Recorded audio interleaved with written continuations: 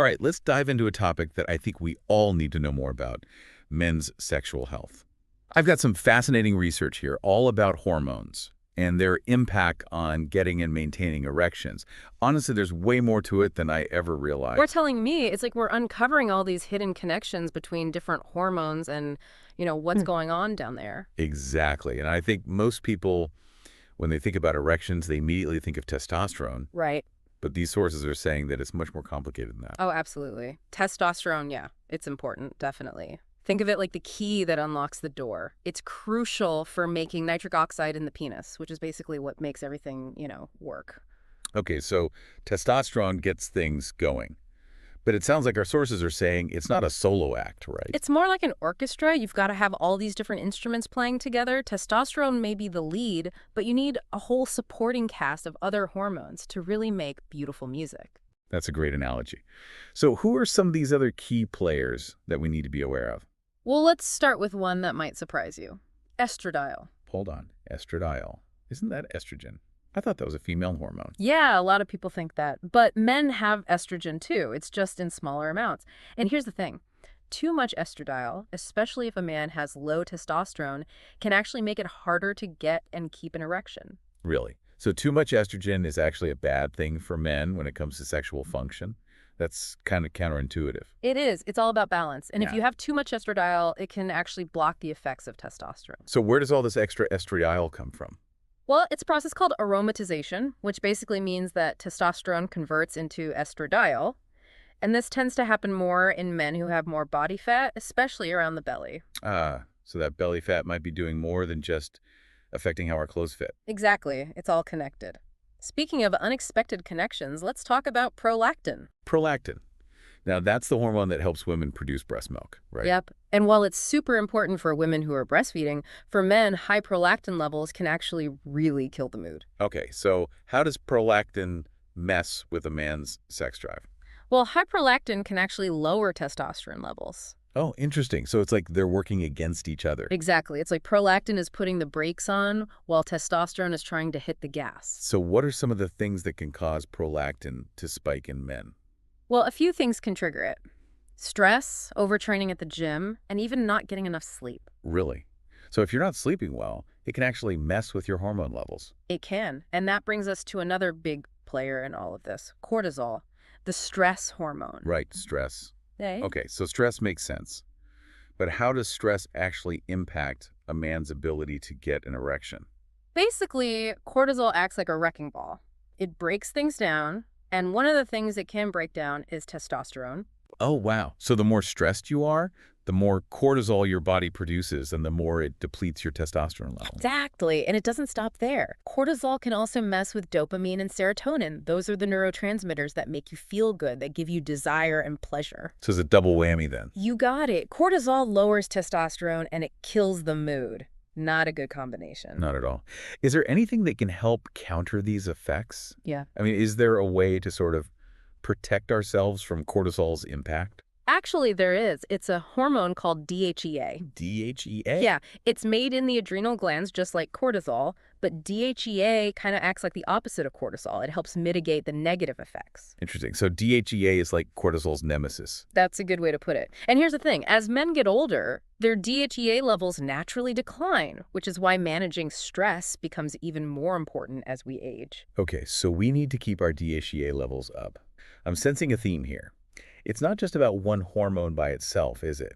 It's about all of them working together in harmony.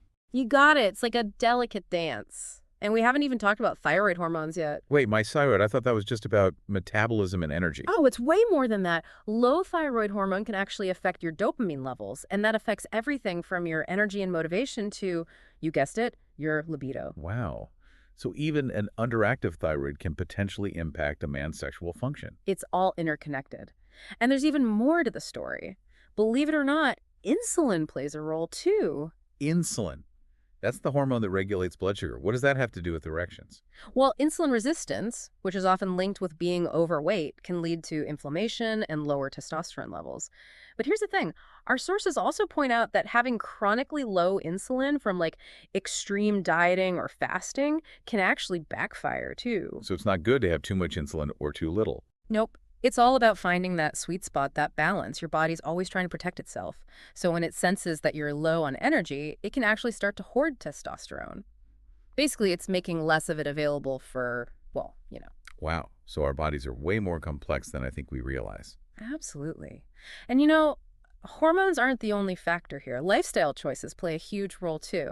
Things like sleep, diet, exercise, how we manage stress, all of that can significantly impact our hormonal balance and ultimately our sexual health. It sounds like we need to unpack those lifestyle factors a bit more. This is getting really interesting. Definitely. We'll dive into all of that in our next segment. Stay tuned. So we've been talking about how important hormones are for, keeping everything running smoothly in the bedroom. But it's not just about the hormones themselves. It's also about how our lifestyle choices affect those hormones. Right. We were starting to get into that just before the break, how things like sleep, diet, exercise, and stress all play a role. Let's unpack those a little bit more, shall we? Yeah, let's do it. Let's start with sleep. I think a lot of people underestimate just how important a good night's rest really is. Oh, absolutely. We were talking earlier about cortisol, that stress hormone. Right? Well, when you don't get enough sleep, your body actually produces more cortisol. Really? Yeah, and that can lead to, you guessed it, lower testosterone. And it can also throw those feel-good neurotransmitters like dopamine and serotonin out of whack. Wow. So skimping on sleep is kind of a triple whammy then. You're messing Yeah. with testosterone, dopamine, and serotonin all at the same time. Yep, pretty much. So if you're not sleeping well, you might notice a lower libido, trouble getting or keeping an erection, even less pleasure. So basically, a good night's sleep is essential for a healthy sex life. Yeah. Got it. Okay, let's move on to diet. What do our sources say about the link between what we eat and our hormonal health? It really comes down to blood sugar and inflammation. You want to eat in a way that keeps your blood sugar levels stable and minimizes inflammation throughout your body. So what kinds of foods should we be avoiding? Well, all the usual suspects. Sugary drinks, processed foods, unhealthy fats, all that stuff that we know isn't good for us anyway. Makes sense? And those kinds of foods can actually contribute to insulin resistance, which can then lead to lower testosterone and more inflammation. Exactly. It's like a domino effect. So what you want to focus on instead are whole foods, lean proteins, healthy fats, lots of fruits and vegetables. It sounds like a pretty common sense approach, right? The same kind of diet that's good for your heart and your brain is also going to be good for your sex life. Exactly. Now let's talk about exercise. We all know that staying active is important for overall health, but how does it specifically benefit our hormones? Yeah, I'm curious about that too. Well, exercise can actually boost testosterone levels. It can improve insulin sensitivity, and it's a great stress reliever. Yeah. So it's hitting all the right notes when it comes to hormonal balance. So what's the best type of exercise for optimizing our hormones? Should we be hitting the weights or doing more cardio? It seems like the ideal approach is to do a combination of both strength training and cardio. So we need a mix of both. Got it. All right, let's talk about stress. I think we all know that chronic stress can really mess with our hormones, but what are some healthy ways to manage stress? Yeah, that's a great question. I mean, it's impossible to eliminate stress completely, right? But we can definitely learn to manage it better. Right. Our sources talked about things like meditation, mindfulness practices, yoga, spending time in nature. So anything that helps you relax and unwind. Exactly. And it's all connected, Sleep affects your stress levels, stress affects your diet, diet affects your sleep. It's all one big interconnected web. Okay, so we've covered a lot of ground here. If our listener could only take away one key message from all of this, what would it be? I would say the most important takeaway is this. Healthy sexual function is not just about testosterone. It's about creating a healthy hormonal ecosystem through smart lifestyle choices. So it's really about taking a holistic approach to our health and well-being. Absolutely. We have more control over our hormones than we might realize. It's not just something that's predetermined or out of our hands. This has been so insightful. I feel like we're just scratching the surface of this topic, though. Oh, there's so much more to explore. In our final segment, we'll talk about what all this means for our listener and some practical steps they can take to start optimizing their hormonal health. So stay with us. Okay, so we've talked a lot about hormones and how they affect men's sexual health. But now let's get down to brass tacks. What does all this mean for our listener? What can they actually do to improve their hormonal health? Well, the first thing I would say is if you're experiencing any issues, it's always best to talk to your doctor. They can help you figure out what's going on and recommend the best course of treatment. Right, absolutely. Self-treating can be dangerous, so it's always better to get professional advice. But beyond that, are there things that our listener can do on their own to improve their hormonal health? Absolutely. A lot of it comes back to those lifestyle factors we talked about. Getting enough sleep, eating a healthy diet, exercising regularly, and managing stress. Those are all key. Yeah, we talked about how those things can really impact our hormones, didn't we? So it sounds like those are really the cornerstones of good hormonal health. They are. And, it also goes without saying that avoiding things like smoking, excessive alcohol, and drugs is important too. Right, of course, those things are just bad for our health in general. So really it's about making choices that support our overall health and well-being, right? Exactly. It's not about finding a quick fix. It's about making sustainable changes that will benefit you in the long run. I think a lot of guys might be surprised to learn that these seemingly small lifestyle changes can actually make a big difference in their sexual health. Oh, definitely. It's easy to think that there's some magic pill out there, but the reality is that true health comes from taking a more holistic approach. Yeah, I think this deep dive has really given me a new perspective on men's health.